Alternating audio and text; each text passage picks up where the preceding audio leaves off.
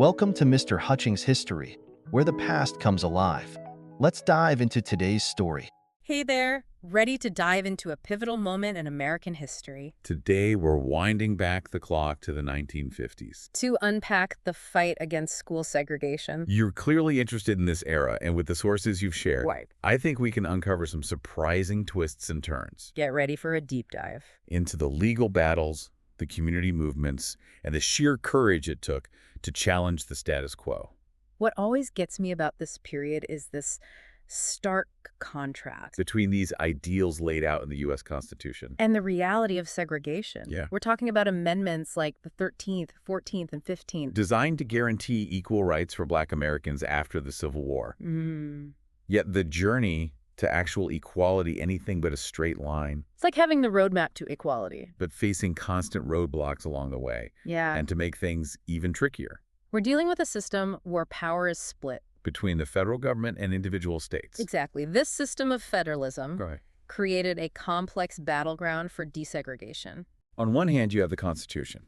Specifically, the 14th Amendment's Equal Protection Clause, Mhm. which became a powerful tool for groups like the NAACP The National Association for the Advancement of Colored People. in their legal challenges to segregation. Right. But on the other hand, education was and still is largely controlled at the state level. Yeah. This meant that even when the highest court in the land ruled in favor of desegregation, Yeah. states could still resist and delay, So you have this landmark case, Brown v. Board of Education. which declared separate educational facilities are inherently unequal in 1954. It was a monumental victory. But then what happens? Well, instead of swift action, we see a wave of resistance. Particularly across southern states. Right. They resorted to a whole playbook of tactics to delay and even defy the court's ruling. One of the most infuriating tactics was the use of the phrase all deliberate speed. From the Brown v. Separate ruling. It's almost comical how vague that is. Right. All deliberate speed. Who knew a timeline could be so open to interpretation? It's infuriating. Yes. This ambiguity basically gave segregationist states the cover they needed. To drag their feet on integration. Precisely. And to fully grasp the magnitude of Brown v. Board of Education. And the resistance that it faced. We need to rewind even further, Okay. back to 1896. To a case called Plessy v. Ferguson. The case that solidified the separate but equal doctrine. A doctrine that was anything but equal. It's crazy to think that this idea was the law of the land for decades. Yeah. Essentially giving legal cover to discrimination and creating a deeply unequal society. It's a stark reminder of how the law can be used to uphold injustice. But with Brown v. Board of Education, The NAACP flipped the script. they knew they had to dismantle the separate but equal argument. Right. And their strategy went beyond legal arguments. Okay. They brought in social science research. Something quite groundbreaking for the time. And that's where the Dahl test comes in, right? Yeah. This wasn't just about legal precedent. It was about the psychological impact of segregation on Black children. Absolutely. The NAACP, Led by Thurgood Marshall, who would later become a Supreme Court justice himself, used this compelling psychological study. conducted by Kenneth and Mamie Clark. The Clarks presented Black children with two dolls. Identical except for skin color. Okay. And asked them to choose the doll they preferred. The results were heartbreaking. Yeah. The majority of Black children chose the white doll. And attributed positive characteristics to it. This study vividly demonstrated the damage. Segregation inflicted on Black children's self-esteem, their sense of self-worth. It's one thing to argue about laws. But the Dahl test put a human face on the issue of segregation. Right. It showed the devastating impact on young minds. And it clearly resonated with the court. It did, in a unanimous decision, The Supreme Court ruled in favor of Brown, overturning Plessy v. Ferguson. and declaring segregation in public schools unconstitutional.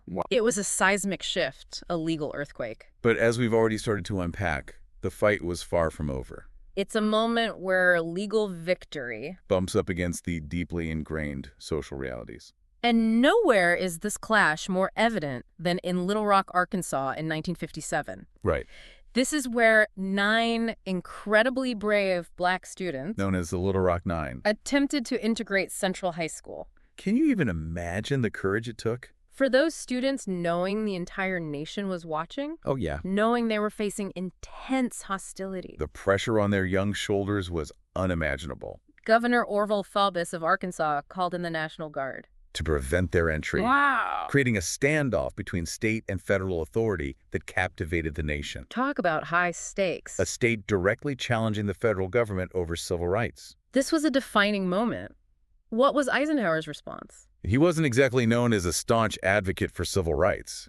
You're right. Eisenhower was initially hesitant to intervene directly. But the situation in Little Rock forced his hand. He federalized the Arkansas National Guard, Wow. removing them from the governor's control. And sent in the 101st Airborne Division. Oh, wow. To escort the Little Rock Nine into the school. That image? The federal troops. Escorting those 9 students to class. It's forever seared into American memory. Yes, it is. It signified the federal government's commitment. Even if reluctant at times, Right. to uphold the Supreme Court's ruling. Even if it meant going head-to-head with a state. And it's crucial to remember, Little Rock wasn't happening in a vacuum. Okay. The bravery of the Little Rock Nine ignited a surge Yeah. in community activism across the South and beyond. Right. This wasn't just a top-down legal battle. It was fueled by grassroots movements, by organizations like the Southern Christian Leadership Conference, Or SCLC. led by Martin Luther King Jr., Yes. advocating for nonviolent resistance. And then there was the Congress of Racial Equality, Or CORE. which organized the Freedom Rides. To challenge segregation on interstate buses. Right. Each group played a unique role, and while they didn't always agree on tactics, They all understood that dismantling segregation required constant pressure. it was a multi-pronged approach. Speaking of which, we've talked about the legal victories. And the groundswell of community action. But what were some of the more insidious ways? Southern states resisted desegregation. Oh, right. We touched on all deliberate speed. But it seems like they had a whole playbook of tactics. Oh, they absolutely did. They were determined to maintain segregation even if it meant bending the rules. Yeah. One of their tactics was gerrymandering school districts. Okay, break that down for me. How does redrawing district lines help maintain segregation? Imagine this, even though schools were no longer legally segregated by race, They could redraw the lines to keep black students concentrated in certain schools. and white students in others. Oh. They also used something called pupil placement boards. Pupil placement boards. That sounds pretty innocuous. What's the catch? On the surface, these boards were designed to decide which students went to which schools. Based on academic merit, behavior, or even proximity. Okay. Sounds fairy. But in reality, They use these boards as a way to keep black students. out of predominantly white schools, They could claim a black student's academic record wasn't good enough. or that their behavior was disruptive. Oh, wow. It was a way to maintain segregation through the back door. So even if the law said schools had to integrate They found ways to manipulate the system. and maintain segregation in practice. Talk about a constant uphill battle. It was. And it really underscores why legal victories, while essential, were only one part of the equation. Right. It took the constant pressure of community organizing protests and even the threat of federal intervention to push back against these tactics. It's a reminder that changing laws is one thing. But changing hearts and minds. Dismantling deeply entrenched systems of oppression. Yeah. That's a whole other battle. And that's precisely where we'll pick up in our next segment. Exploring how everyday people, fueled by a deep desire for justice, Took to the streets and demanded change You know, it's easy to get caught up, in legal back and forth. but we can't forget about the human side of this story. We're Right. talking about real people. Students, parents, teachers, all caught in the middle of this struggle for equality. It's like what we were saying earlier. Changing laws is one thing, Right. but changing deeply held beliefs. Challenging an entire social order built on segregation. Right. That requires a different kind of courage, Oh, yeah. a different kind of commitment. Absolutely. And that's where community organizing comes in. Groups like the NAACP were instrumental in the legal fight. Right. But organizations like the SCLC, led by Martin Luther King Jr., understood the power of nonviolent resistance. The SCLC played a crucial role in mobilizing black communities Organizing protests. and shining a spotlight on the injustices of segregation. And then there's CORE, The Congress of Racial Equality, which took a more direct approach with their freedom rides. those freedom rides were incredibly daring. Can you imagine? Black and white activists traveling together on interstate buses across the South. Deliberately violating segregation laws, Right. knowing they were risking their safety to challenge the system. It's a testament to their unwavering commitment to justice. They knew that simply changing laws wasn't enough. Right. They had to confront prejudice head-on. Force people to see the humanity Of those they had been conditioned to see as different. And it wasn't just these national organizations. There were countless local groups, parents, teachers. Students themselves all organizing, protesting, demanding a better future. Yeah. What are some of the more surprising or lesser-known examples? Of this community resistance that you came across in the sources. One example that always sticks with me is the story of Claudette Colvin. You've probably heard of Rosa Parks Mm-hmm. and her refusal to give up her seat on a bus in Montgomery. But Claudette Colvin did the exact same thing Oh, wow. 9 months earlier. Wait, seriously? Yes. I've never heard of Claudette Colvin. She was just 15 years old. When she refused to give up her seat on a crowded bus in Montgomery, Alabama, Wow. she was arrested and even convicted. But her act of defiance, just like Rosa Parks later, Sparked a movement. it's incredible how these individual acts of courage Can have such a ripple effect. Exactly. And those ripples often spread in unexpected ways. Right. Take the Greensboro sit-ins, for example. Okay. 4 black college students in Greensboro, North Carolina. Sat down at a segregated lunch counter and refused to leave until they were served. Their simple act of defiance sparked a wave of similar sit-ins across the South. I remember learning about the Greensboro 4 in school. But I never made the connection to what happened in Montgomery. With Rosa Parks and Claudette Colvin. Right. It shows how these seemingly isolated incidents are actually part of a larger tapestry of resistance. Precisely. And what's fascinating is how quickly these protests spread. The Greensboro sit-ins started in February 1960. And within months, there were similar protests in over 50 cities across the South. Wow. Students, many of whom had never considered themselves activists before. Or putting their bodies on the line, Yeah. facing arrest, violence, and hostility. To challenge a system that had oppressed their communities for generations. It's a stark reminder of the power of young people to drive social change. Yeah. They were willing to risk everything for a better future, A future they might not even live to see. and their courage was contagious. It inspired others to join the movement. To speak out against injustice, to demand a seat at the table, We've talked about the legal battles, the bravery of everyday people. but let's shift gears for a moment and talk about the role of the federal government. Okay. It seems like the federal government was often caught In this tug of war between upholding the Constitution, and respecting states' rights. right? How did that tension play out? Right. It's a great question, and it's a tension that continues to this day, On one hand, you have the Supremacy Clause of the Constitution. which states that federal law supersedes state law when the two are in conflict. This means that, legally speaking, states were obligated to comply with the Brown ruling. But that didn't always happen in practice.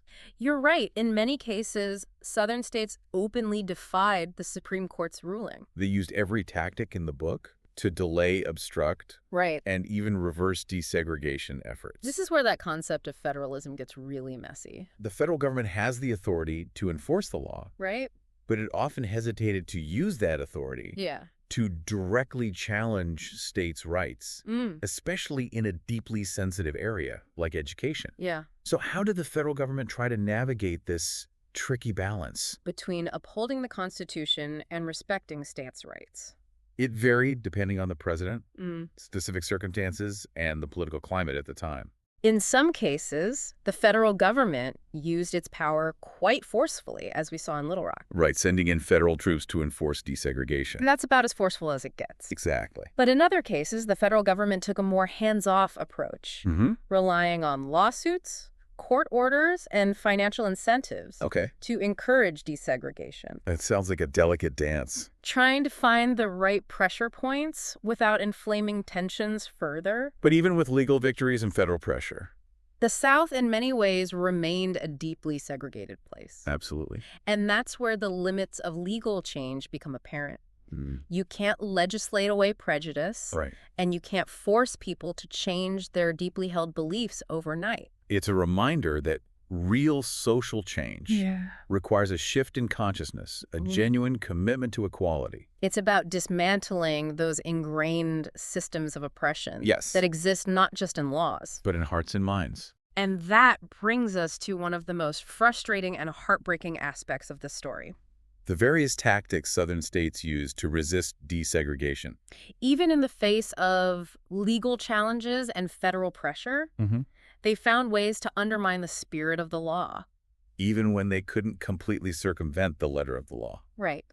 We touched on gerrymandering and pupil placement boards earlier. But what are some other examples of these tactics, and how effective were they in maintaining segregation? Okay, so we're talking about underhanded tactics, ways to basically skirt around the law. Right. What were some of these tactics? And just how effective were they? Well, we already touched on gerrymandering and pupil placement boards. Right. But those were just the tip of the iceberg. Okay. Some Southern states implemented something called school choice plans. School choice. On the surface, that sounds almost progressive. Like giving parents more options. Right. That sounds good in theory.